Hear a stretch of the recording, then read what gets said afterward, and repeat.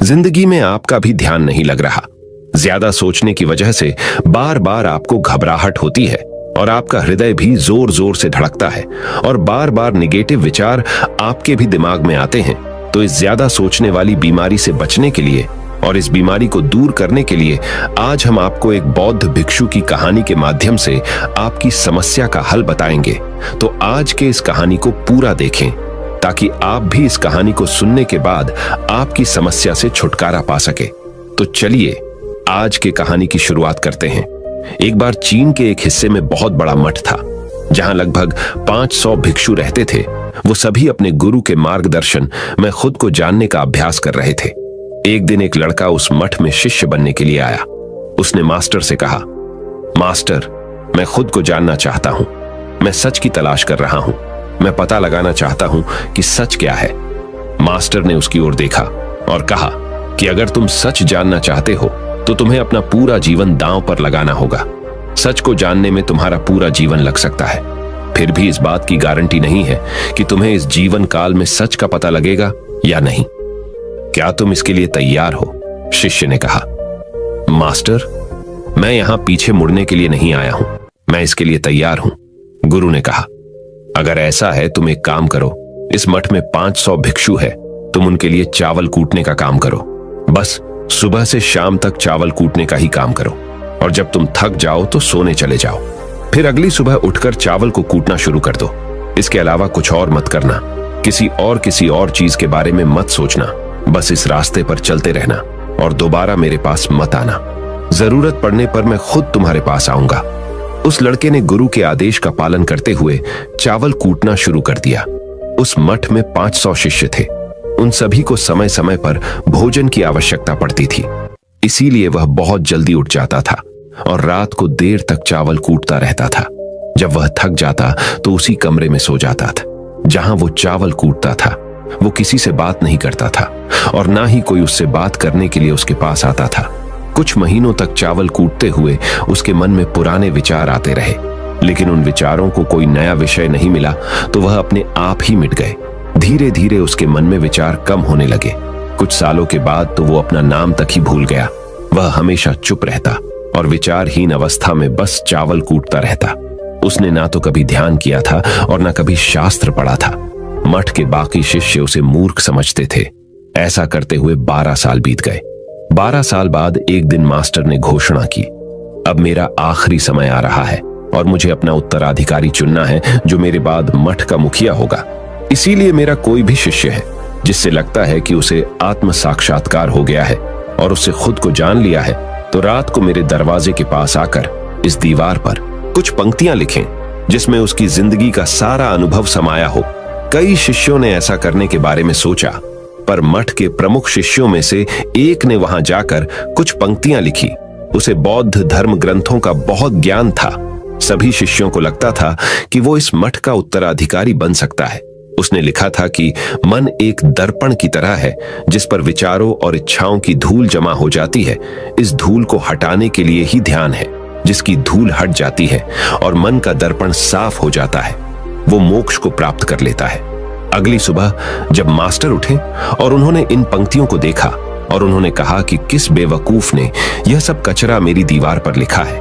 वो शिष्य जिसने यह लिखा था वो चुप रहा। हालांकि उसने जो पंक्तियां लिखी थीं वो ज्ञान से भरी थीं, लेकिन यह सब किताबी ज्ञान था। वो शिष्य बहुत चालाक था। उसने पंक्तियां लिखी पर उसने नीचे अपने हस्ताक्षर नहीं किए, क्योंकि वो स्वयं इसके बारे में निश्चित नहीं था कि यह सही है या नहीं, क्योंकि उसे आत्म साक्षात्कार नहीं हुआ था। गुरु ने पंक्तियों को पूरी तरह से खारिज कर दिया। ये देखकर सभी हैरान रह गए। ये घटना पूरे मठ में चर्चा का विषय बन गई। इस विषय पर बात करते हुए 2 शिष्य उस शिष्य के पास से गुजरे जो 12 साल पहले यहां आया था और दिन रात चावल कूटता रहता था। दोनों की चर्चा सुनकर वह धीरे से हंस पड़ा। दोनों शिष्य ने उसे पूछा कि तुम क्यों हंस रहे हो? दोनों शिष्य की नजर में यह चावल कूटने वाला तुच्छ ही भिक्षु था। किसी ने उसे ना तो कभी ध्यान करते हुए देखा था, ना ही कभी शास्त्र पढ़ते हुए। हर कोई उसे मूर्ख समझता था जो बस चावल को ही जानता था। उस मठ में बहुत बड़े बड़े विद्वान थे, लेकिन उस चावल कूटने वाले को किसी से कोई मतलब नहीं था। इसीलिए वह दोनों शिष्य उसे मुस्कुराता हुआ देखकर चकित रह गए। उन्होंने फिर उससे पूछा कि तुम क्यों हंस रहे हो। उसने जवाब दिया, मैं इसीलिए हंसा कि मास्टर सही बोल रहे हैं। यह सब पंक्तियां कचरा है, इन पंक्तियों का कोई मूल्य नहीं है। वो दोनों शिष्य चौंक गए। उन्होंने उसे पूछा कि क्या तुम ऐसी पंक्तियां लिख सकते हो जो इससे भी बेहतर हो। चावल पीसने वाले ने जवाब दिया, नहीं, क्योंकि मैं अनपढ़ हूं, लेकिन हां, मैं कुछ पंक्तियां कह सकता हूं। अगर तुमने उन पंक्तियों को तुम लिख सकते हो तो मैं तुम्हारे साथ जाने के लिए तैयार हूं। उन दोनों शिष्यों ने कहा, ठीक है। वे मास्टर के कमरे के पास गए और चावल कूटने वाले ने कुछ पंक्तियां बोली और दूसरे शिष्य ने उस दीवार पर लिख दिया और उन पंक्तियों के नीचे लिख दिया कि चावल कूटने वाला। उन्हें लगा कि मास्टर इस पर भी गुस्सा करेंगे। जो पंक्तियों उसने लिखने के लिए कहा था बहुत अद्भुत थी और वो पंक्तियां थी, मन तो बस एक का भ्रम है ना, तो मन है, ना ही मन का कोई दर्पण है। और जब मन ही नहीं है तो धूल कहां ठहरेगी। जो ये जानता है वो सच को जान गया। जब गुरु ने ये पंक्तियां देखी तो वे आधी रात को उठे और चावल कूटने वाले के पास गए। वह सो रहा था। मास्टर ने उसे जगाया और कहा कि ये लो, मेरी छड़ी और मेरे वस्त्र ले लो। आज से तुम मेरे उत्तराधिकारी हो, लेकिन इस मठ को छोड़कर कहीं दूर चले जाओ, क्योंकि इस मठ में बहुत सारे विद्वान हैं जो खुद को तुमसे ज्यादा श्रेष्ठ मानते हैं और वो तुम्हें मार देंगे। वो इस बात को बर्दाश्त नहीं कर सकते कि एक साधारण सा चावल कूटने वाला उनसे ज्यादा विद्वान निकला। तुम्हें वह सारा ज्ञान हो गया है जो मुझे है। तुम्हें यह सारा ज्ञान चावल कूटते कूटते हुआ है और मुझे पता है कि तुम जहां भी जाओगे लोग तुम्हारे पास आने लगेंगे, क्योंकि जब कोई फूल खिलता है तो उसकी महक हर तरफ फैलने लगती है। उसने अपने गुरु के पैर छुए और रात को ही वहां से चला गया। अगर हम अपनी जिंदगी में देखें तो पाएंगे बहुत से लोग सोचते हैं कि ध्यान केवल एक ही जगह बैठकर आंखें बंद कर कर ही किया जा सकता है, लेकिन हकीकत में ऐसा नहीं है। ध्यान तो चलते चलते भी किया जा सकता है, अपना कुछ काम करते हुए भी ध्यान किया जा सकता है। असल में ध्यान का मतलब यह है कि आप जो भी काम कर रहे हैं उसे अपनी शिद्दत से करें कि आपको आपके शरीर का ख्याल भी ना रहे। बिल्कुल उस चावल पीसने वाले की तरह जो चावल कूटने में इतना मग्न हो गया कि उसको खुद का कोई ख्याल ही नहीं रहा। उसने चावल कूटते हुए ही उसने आत्म साक्षात्कार प्राप्त कर लिया। हर समय वर्तमान में रहना और कुछ नहीं सोचना। मन तब तक ही है जब तक विचार है। जब विचार ही नहीं रहेंगे तो मन भी गायब हो जाएगा। जब मन ही नहीं रहेगा तभी तुम अपने आप को अच्छे से जान पाओगे। असल में हमें अपने वास्तविक रूप को जानने के लिए कोई अन्य साधना करने की आवश्यकता नहीं है। हम जो कुछ भी कर रहे हैं बस उसमें हमें पूरी तरह से खो जाने की जरूरत है। अपने काम में इस कदर से लीन हो जाओ कि आपका काम भी ध्यान बन जाए। ज्यादा सोचने वाले लोगों के लिए दूसरी रहस्यमयी कहानी अब हम आपको बताएंगे, तो चलिए कहानी की शुरुआत करते हैं। एक गांव में एक आदमी रहता था जो ताले तोड़ने के मामले में एक्सपर्ट था।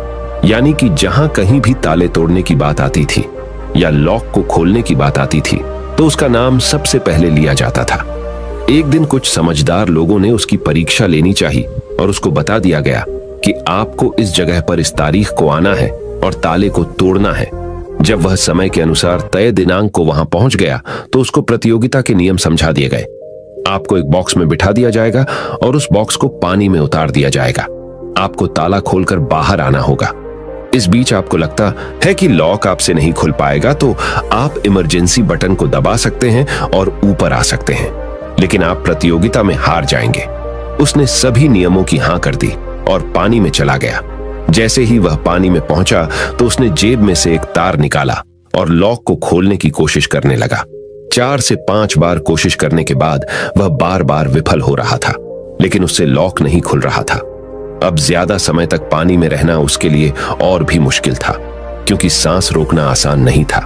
फाइनली उसने अपना पूरा दिमाग लगाया और एक बार अंतिम प्रयास किया। वह विफल हुआ और उसने इमरजेंसी बटन दबा दिया। धीरे धीरे ऊपर आने लगा। पानी के ऊपर आए बॉक्स को बाहर निकाला गया और हल्का सा धक्का देकर खोला गया। वह अचंभित हो गया कि एक बार भी मेरे दिमाग में यह ख्याल क्यों नहीं आया कि मैं इसको धक्का देकर खोलूं। हो सकता है कि ये लॉक ही ना हो। तो यही होता है, जब हम भी बहुत ज्यादा सोचते हैं तो इसका खामियाजा हमें भुगतना पड़ता है। कभी कभी ना सोचने से भी जवाब मिल जाता है। इसलिए किसी ने कहा है कि जो कुछ नहीं करते वह कमाल करते हैं। जी हाँ दोस्तों, यह बात बिल्कुल सही है। कभी कभी दिमाग को जब हम शांत रखते हैं और ठंडे दिमाग से सोचने की कोशिश करते हैं तो हमें बेहतर समाधान मिल जाता है। अब हम आपको बताएंगे कि ज्यादा सोचने की यह बीमारी के मुख्य कारण क्या है, जिससे आपको ज्यादा सोचने की बीमारी हो जाती है। अत्यधिक सोच के कुछ मुख्य कारण। पहला कारण, वर्तमान से ज्यादा भूतकाल या भविष्य के बारे में ज्यादा चिंता करना। आप जो काम अभी कर रहे हैं उससे ध्यान हटाकर अपना ध्यान बीते हुए समय या आने वाले समय पर लगाएंगे तो आप ओवर थिंकिंग के शिकार होते जाएंगे। दूसरा कारण, काम का ज्यादा तनाव होना। जब वर्कलोड ज्यादा होता है तो दिमाग भी तेजी से चलने लगता और यह तनाव का रूप ले लेता है और दिमाग में वो विचार भी आने लगते हैं तो काम से संबंध ही नहीं है और लोग ओवर थिंकिंग के शिकार हो जाते हैं। तीसरा कारण, डर का बना रहना। जब व्यक्ति के अंदर डर होता है, जैसे नौकरी छूट जाने का डर, प्रमोशन न होने का डर, काम में असफल हो जाने का डर, पैसे न मिलने या डूब जाने का डर, व्यक्ति इस डर को लेकर कल्पना करता रहता है। भले ही ऐसा न होने वाला हो, लेकिन धीरे धीरे यह डर उसे जरूरत से ज्यादा सोचने पर मजबूर कर देता है। चौथा कारण, कॉन्फिडेंस की कमी। जब व्यक्ति में किसी काम को करने के प्रति उलझन बनी रहती है तो कॉन्फिडेंस कम होता जाता है, जिसके चलते नकारात्मक विचार दिमाग को घेरना शुरू कर देते हैं और व्यक्ति ज्यादा सोचना और चिंता करना शुरू कर देता है। पांचवा कारण, चीजों के बारे में सकारात्मक से ज्यादा नकारात्मक विचार। जब व्यक्ति छोटी छोटी बातों के नकारात्मक पहलू के बारे में ज्यादा सोचना शुरू कर देता है तो धीरे धीरे व्यक्ति ओवर थिंकिंग का शिकार होता जाता है। क्या ओवर थिंकिंग यानी अत्यधिक सोच से छुटकारा पाया जा सकता है? तो इसका जवाब है जी बिल्कुल। ओवर थिंकिंग यानी अत्यधिक सोच से छुटकारा पाया जा सकता है, हालांकि थोड़ा समय लग सकता है, लेकिन यदि आप नीचे दिए स्टेप्स को फॉलो करते हैं तो आप ओवर थिंकिंग की प्रॉब्लम से यकीनन छुटकारा पा सकते हैं। तो आइए जानते हैं कि ओवर थिंकिंग की समस्या से छुटकारा कैसे पाएं। ओवर थिंकिंग यानी अत्यधिक सोच से छुटकारा पाने के उपाय। ये सब जानते हैं कि पहले विचार दिमाग में आता है, फिर वो क्रिया का रूप लेता है। हमें कोई भी काम सोच समझकर करना बहुत जरूरी है, पर किसी काम को लेकर जरूरत से ज्यादा सोचना और वो बातें भी सोचना जो काम से संबंधित नहीं है, आपको और आपके काम दोनों को नुकसान पहुंचाता है। तो थिंकिंग प्रॉब्लम नहीं है, बल्कि ओवर थिंकिंग प्रॉब्लम है और इसे कम करना जरूरी है। तो आइए जानते हैं ओवर थिंकिंग यानी अत्यधिक सोच से छुटकारा या कम करने के उपायों का।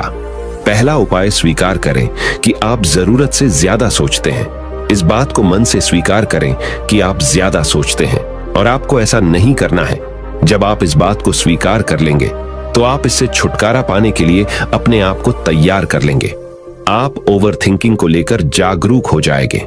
जब भी आपको लगे कि दिमाग में फालतू विचार चल रहे हैं, तुरंत उसे वहीं रोक दो और ये सोचना शुरू करो कि आपने सोचना कहां से शुरू किया था। तब आपको मालूम होता जाएगा कि आप कितनी फालतू की बातें सोचकर अपना समय और शक्ति बर्बाद कर रहे हैं। दूसरा उपाय, हमेशा सकारात्मक सोचने की कोशिश करें। क्या गलत हो सकता है कि जगह क्या अच्छा हो सकता है। सोचें।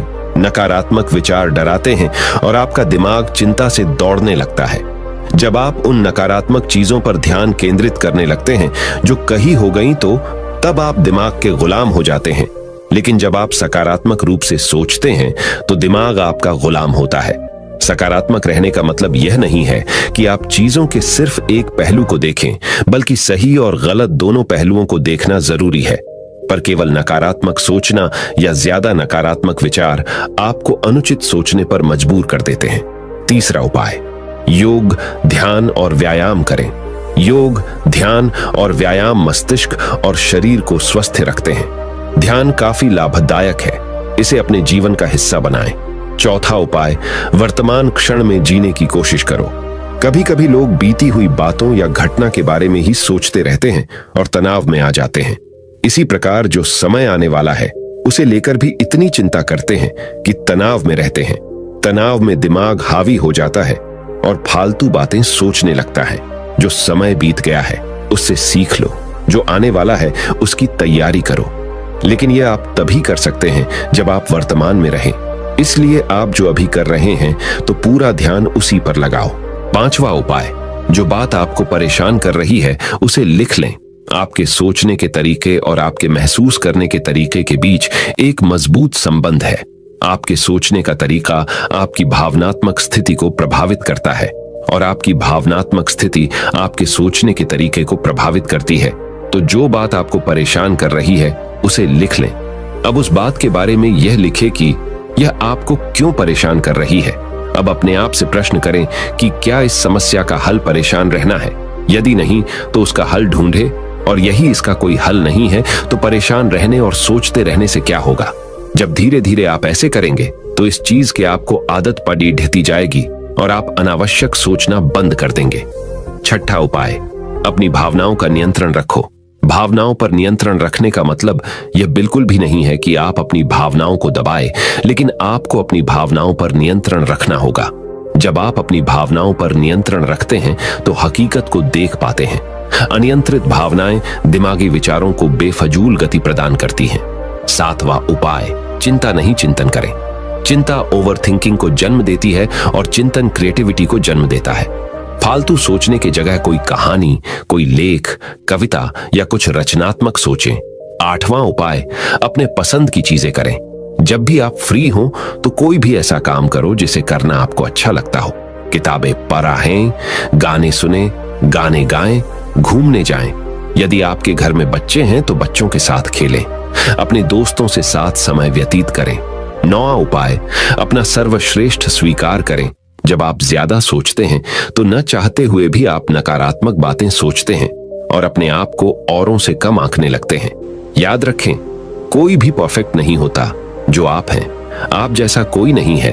लोग क्या कहते हैं इस पर ध्यान देने की बजाय अपना सर्वश्रेष्ठ स्वीकार करें, अपने ज्ञान को बढ़ाते रहें और पॉजिटिव रहें। 10वां उपाय, मन को शांत रखें। आधुनिक जिंदगी भाग दौड़ और तनाव भरी है। अधिकतर लोगों के साथ तनाव में बने रहना इतना सामान्य हो जाता है कि उन्हें इस बात का पता ही नहीं चलता कि धीरे धीरे तनाव उनके मानसिक और शारीरिक स्वास्थ्य पर बुरा प्रभाव डाल रहा है। जब मन अशांत होता है तब नकारात्मक और बेफिजूल के विचार हमारे दिमाग में घर करने लगते हैं। यदि आप ओवरथिंकिंग से छुटकारा पाना चाहते हैं तो अपने मन को शांत रखें। आपके सोच को बदल देने वाली 3 कहानियां अभी हम आपके सामने प्रस्तुत कर रहे हैं, तो इसे ध्यान से सुने।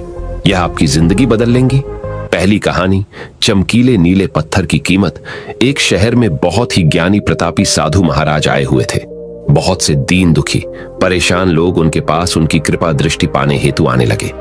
ऐसा ही एक दीन दुखी गरीब आदमी उनके पास आया और साधु महाराज से बोला, महाराज मैं बहुत ही गरीब हूं, मेरे ऊपर कर्जा भी है, मैं बहुत ही परेशान हूं, मुझ पर कुछ उपकार करें। साधु महाराज ने उसको एक चमकीला नीले रंग का पत्थर दिया और कहा कि यह कीमती पत्थर है, जाओ जितनी कीमत लगवा सको लगवा लो।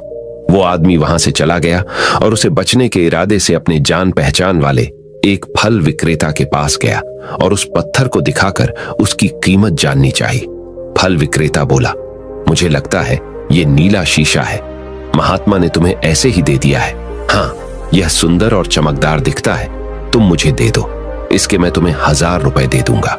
वो आदमी निराश होकर अपने एक अन्य जान पहचान वाले के पास गया जो कि एक बर्तनों का व्यापारी था। उनसे उस व्यापारी को भी वो पत्थर दिखाया और उसे बेचने के लिए उसकी कीमत जाननी चाहिए। बर्तनों का व्यापारी बोला, यह पत्थर कोई विशेष रत्न है, मैं इसके तुम्हें 10,000 रुपए दे दूंगा। वह आदमी सोचने लगा कि इसकी कीमत और भी अधिक होगी और यह सोच वो वहां से चला आया। उस आदमी ने इस पत्थर को अब एक सुनार को दिखाया। सुनार ने उस पत्थर को ध्यान से देखा और बोला, यह काफी कीमती है, इसके मैं तुम्हें 1 लाख रुपये दे दूंगा। वो आदमी अब समझ गया था कि यह बहुत अमूल्य है। उसने सोचा, क्यों ना मैं इसे हीरे के व्यापारी को दिखाऊं। यह सोच वो शहर के सबसे बड़े हीरे के व्यापारी के पास गया। उस हीरे के व्यापारी ने जब वो पत्थर देखा तो देखता रह गया। चौंकने वाले भाव उसके चेहरे पर दिखने लगे। उसने उस पत्थर को माथे से लगाया और पूछा, तुम यह कहां से लाए हो? यह तो अमूल्य है, यदि मैं अपनी पूरी संपत्ति बेच दूं तो भी इसकी कीमत नहीं चुका सकता।